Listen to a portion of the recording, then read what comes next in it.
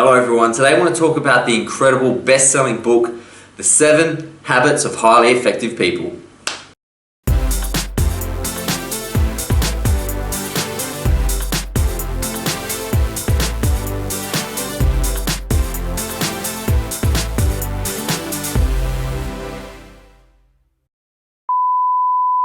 Hello everyone, as mentioned in the intro, we're going to talk about The 7 Habits of Highly Effective People by Stephen Covey. This book is an all-time bestseller, so there must be something behind it. There must be some intelligence that's communicated that resonates with people, which is why we have the great works of art by Leonardo da Vinci, why we have the great books, while so many of our narratives and stories, whether it's about floods or redemption or about personal growth, continue to come through our cultures, whether it's Star Wars, whether it's the Iliad, or whether it's the latest blockbuster. There's a resonating feel there that we all adapt to, and I really believe Stephen Covey touched on some really important factors. So I'm excited to share this with you. If you haven't read the book, you'll get a summary of those 7 habits that he talks about.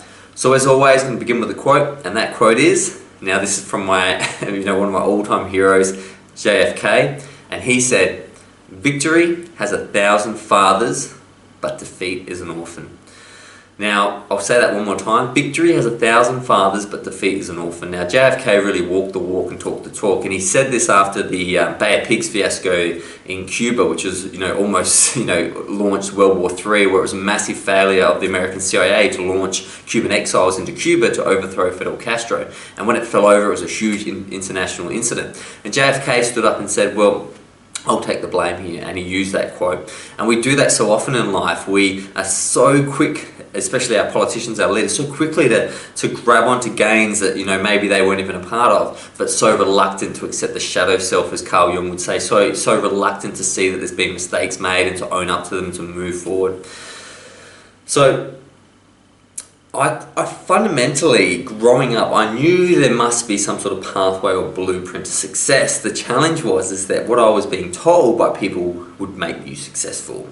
And, they were very, very, very strong in their belief systems, what made successful people. Yet when I looked at them, I wouldn't consider them necessarily success. My idea of success is how you feel in the moment, and a lot of these individuals giving me this rundown on how to make money, how to be a success, how to be a man. These individuals weren't living that life, so there was a disconnect. Either what they were saying was incorrect and they were following a cultural meme, or they simply were not living up to their own expectations. And unfortunately, I think both are right. I think the cultural meme we're given as capitalists, as individuals, as consumers, to create the best possible consumers, isn't rewarding, and ultimately after time we realise that it's hollow. And unfortunately it's also difficult to live up to. It's difficult to have a new model car every time one comes out. It's difficult to have the latest fashion and the latest clothes.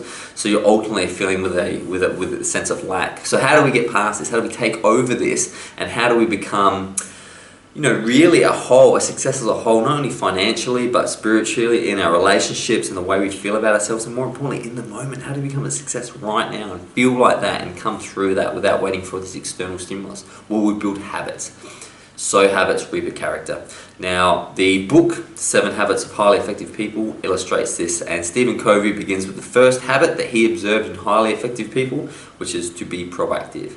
Not allowing the cultural paradigms to shape you, not expecting people to tell you what to do or to do, but to step forth through authentic, spontaneous action and take charge of your life. I can guarantee you, if you don't take charge of your life, someone else will. There's lots of systems, it doesn't matter whether you're from the Middle East, whether you're from Europe, whether you're from Australia, whether you're from the United States, whether you're from Asia, you are running under the medium and the belief systems of people who live before you, who will know smarter than you. So it's time to be proactive and take charge of your life, not waiting for someone to give you a set of rules.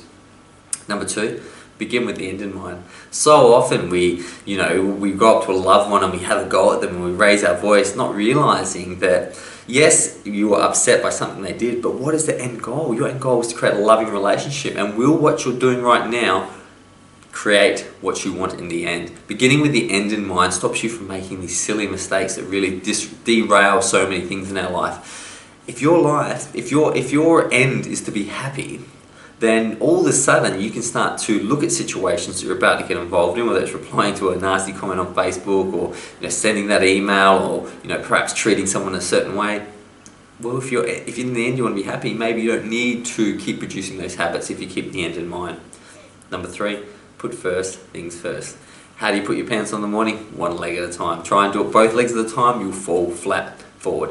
The idea of multitasking is this consumer, ridiculous idea. I reckon multitasking was invented to help people buy more things at once. It's like have 4 windows open so you can buy shoes, pants, and whatever else we're telling you. Multitasking, successful people do not multitask. They do one thing, complete it, get it right, and move on. It's something really beautiful and rewarding just finishing one task at a time. Number 4, think win-win. No one has to lose. This concept is greed is good. Step on their throats, climb to the top of the ladder. Never look down, never be satisfied. These are said by unhappy people. They might be said by people with lots of money, but they're unhappy, and I guarantee you they'd exchange all that money for happiness. Think win-win. You are more connected, and you are more like the people around you and everything around you than we can ever understand through this little biological computer. When you win and someone else wins, that is the ultimate outcome. And when you live your life that way, you'll be surprised how many win-win scenarios actually come your way. Number 5, seek first to understand, then to be understood. It's been said that we listen with the intent to reply and not to understand. And I tell you what, probably the number one problem in relationships is that quite often we simply have a thought in our head, it's going zooming around, and while someone else is talking, we're waiting for them to finish so we can shoot that thought at them and then feel relieved we got that thought over our head. No, you already know what you're going to say. You're not going to learn anything new from what you have to say, but you can learn everything through the unique speech that comes from someone else by simply listening to understand where they're coming from.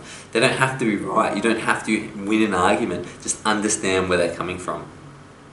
Number 6, synergize. Understand that when you embrace everything about your life and those individuals around you, and you bring together the whole of your parts, the energy, you're looking after yourself, you're eating well, you're working well, that is synergy. Simply having a part that's working well will not create the life that you want. It's like saying my axles on my car work really, really well, but the engine just doesn't work. Well, that's not synergy. You need to have all parts of the car firing to get the best results. And finally, number 7, sharpen the sword. Always be looking and working at growth, whether in every area of your life. You are a work in art, you're a masterpiece. Every day is your masterpiece, and how you paint it will get better and better if you allow it. Don't get suckered into living other people's lives through TV and movies. Be the TV show, be the movie, be the blockbuster. Have your life as the work of art. The 7 Habits of Highly Effective People is a great book. Think about these steps. Have a look at in your life where you're moving forward. The thing I like about these habits is something you can build. You don't have to buy anything. You can simply today start on these habits. Something to think about, and I can't wait to see you tomorrow. Until then, goodbye.